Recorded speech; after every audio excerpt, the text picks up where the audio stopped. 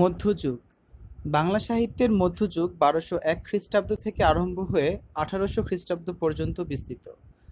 অন্ধকার যুগ বা বন্ধ্যা যুগ এ যুগের অন্তর্ভুক্ত হলেও মধ্যযুগের সূত্রপাত ১২০১ খ্রিস্টাব্দ থেকেই ধরা হয়। মধ্যযুগের বাংলা সাহিত্য বিভিন্ন শাখা প্রশাখায় বিভক্ত। মধ্যযুগের সমস্ত বাংলা সাহিত্যকে দুইটি শ্রেণীতে বিভক্ত করা যায়।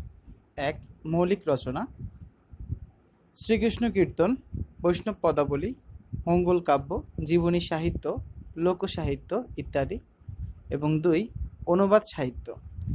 অনুবাদ সাহিত্যকে দুইটি শ্রেণীতে বিভক্ত করা যায়। একটি হচ্ছে সংস্কৃত থেকে অনুদিত রামায়ণ, মহাভারত, ভগবত ইত্যাদি, এবং অপরটি হচ্ছে আরবি, ফার্সি, হিন্দি ভাষা থেকে অনুদিত রোমান্টিক প্রণয়োপাখ্যানগুলো। অন্ধকার যুগ বাংলা সাহিত্যের শুরুতেই অর্থাৎ ১২০১ খ্রিস্টাব্দ থেকে ১৩৫০ খ্রিস্টাব্দ পর্যন্ত সময়কালকে অন্ধকার যুগ হিসেবে অভিহিত করা হয়। এই সময়ে বাংলা সাহিত্যের লিখিত উল্লেখযোগ্য কোনো নিদর্শন পাওয়া যায় না। ধারণা করা হয় তুর্কি বিজয়ের ফলে মুসলিম শাসনামলের সূচনার পটভূমিতে নানা অস্থিরতার কারণে তেমন কোনো উল্লেখযোগ্য সাহিত্য সৃষ্টি হয়নি।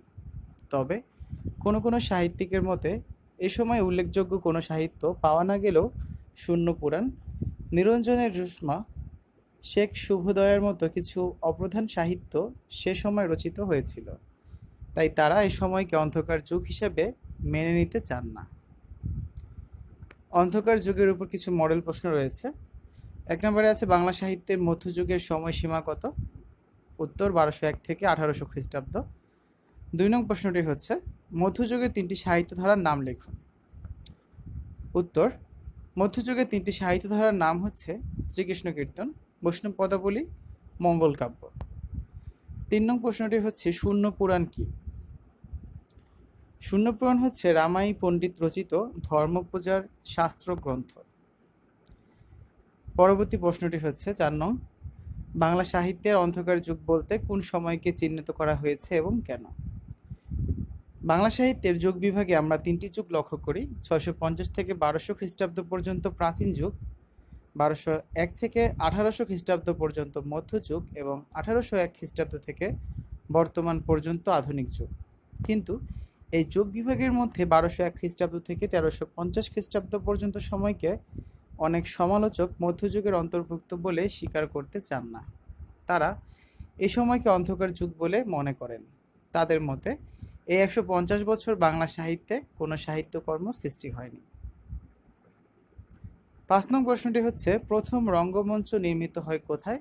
এই রঙ্গমঞ্চ সম্পর্কে টীকা লিখুন। কলকাতায় প্রথম রঙ্গমঞ্চ তথা নাট্যমঞ্চ নির্মিত হয় ১৭৫৩ সালে।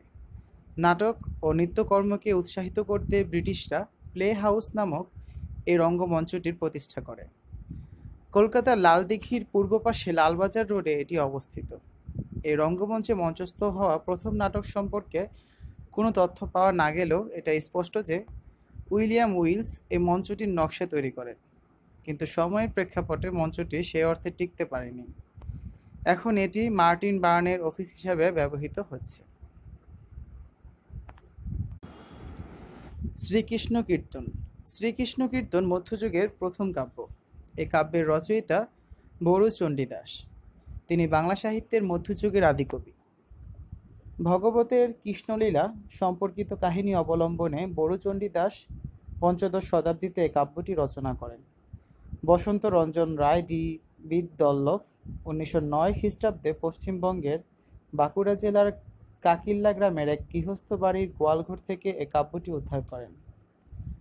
বৈষ্ণব মহন্ত শ্রীনিবাস আচার্যের দৌহিত্র বংশজাত দেবেন্দ্র মুখোপাধ্যায়ের তত্ত্বাবধানে এ গ্রন্থটি রক্ষিত ছিল। বসন্ত রঞ্জন রায়ের সম্পাদনায় গ্রন্থটি ১৯১৬ খ্রিস্টাব্দে বঙ্গীয় সাহিত্য পরিষদ থেকে প্রকাশিত হয়।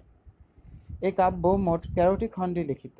খণ্ডগুলো হচ্ছে জন্মখণ্ড, তাম্বুলখণ্ড, দানখণ্ড, নৌকাখণ্ড, ভারখণ্ড, ছত্রখণ্ড, বৃন্দাবন খণ্ড, কালী ও দমন খণ্ড, যমুনাখণ্ড, হারখণ্ড, বানখণ্ড, বংশীখণ্ড ও রাধা বিরহ খণ্ড।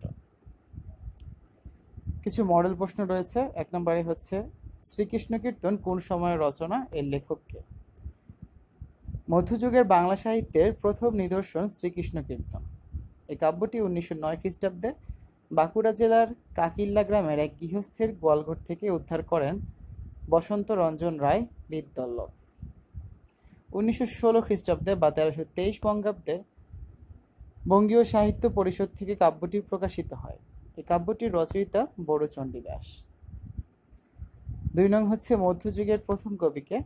মধ্যযুগের প্রথম কবি হচ্ছেন বড়ুচণ্ডী দাস। 3 নম্বর প্রশ্নটি হচ্ছে শ্রীকৃষ্ণ কীর্তন সম্পর্কে ধারণা দিন। বড়ুচণ্ডী দাস রচিত শ্রীকৃষ্ণ কীর্তন মধ্যযুগের প্রথম কাব্য। তিনি ভাগবতের কৃষ্ণলীলা সম্পর্কিত কাহিনী অবলম্বনে জয়দেবের গীত গোবিন্দ কাব্যের প্রভাব স্বীকার করে লোকসমাজে প্রচলিত রাধাকৃষ্ণ প্রেম সম্পর্কিত গ্রাম্য গল্প অবলম্বনে পঞ্চদশ শতাব্দীতে শ্রীকৃষ্ণ কীর্তন কাব্যটি রচনা করেন। শ্রীকৃষ্ণ কীর্তন কাব্যের প্রধান চরিত্র 3টি: কৃষ্ণ, রাধা ও বড়াই। এই কাব্যের মোট 13টি খণ্ড আছে। এগুলো হচ্ছে জন্মখণ্ড, তাম্বুলখণ্ড, দানখণ্ড, নৌকাখণ্ড, ভারখণ্ড, ছত্রখণ্ড, বৃন্দাবন খণ্ড, কালীয় দমন খণ্ড, যমুনা খণ্ড, হারখণ্ড, বানখণ্ড, বংশীখণ্ড এবং রাধা বিরহ খণ্ড। পরবর্তী প্রশ্নটি হচ্ছে শ্রীকৃষ্ণ কীর্তনের লেখকজনিত সমস্যা খণ্ডন করুন। শ্রীকৃষ্ণ কীর্তন বাংলা সাহিত্যের মধ্যযুগের প্রথম কাব্য। এর আদি কবি বা রচয়িতা বড়ুচণ্ডী দাস। হিন্দু শাস্ত্রের প্রাচীন ধর্মগ্রন্থ মহাভারত, ভাগবত প্রভৃতির কেন্দ্রীয় চরিত্র রাধাকৃষ্ণের প্রেমলীলা অনুসরণে কবি বড়ুচণ্ডী দাস এ কাব্যগ্রন্থ রচনা করেন। 1909 সালে আবিষ্কৃত শ্রীকৃষ্ণ কীর্তনের পুঁথির প্রথম 2টি পাতা এবং শেষ পাতা পাওয়া যায়নি বলে এর নাম ও কবির নাম স্পষ্ট করে পাওয়া যায়নি। কবির কবিতায় চণ্ডীদাস এবং অধিকাংশ ক্ষেত্রে বড়ুচণ্ডী দাস নামদ্বয়ের উল্লেখ থাকায় এই কাব্যের কবি হিসেবে বড়ুচণ্ডী দাসকে গ্রহণ করা হয়। 5 নং প্রশ্নটি হচ্ছে কার সম্পাদনায় ও কত সালে বঙ্গীয় সাহিত্য পরিষদ কর্তৃক শ্রীকৃষ্ণ কীর্তন কাব্য প্রথম প্রকাশিত হয়?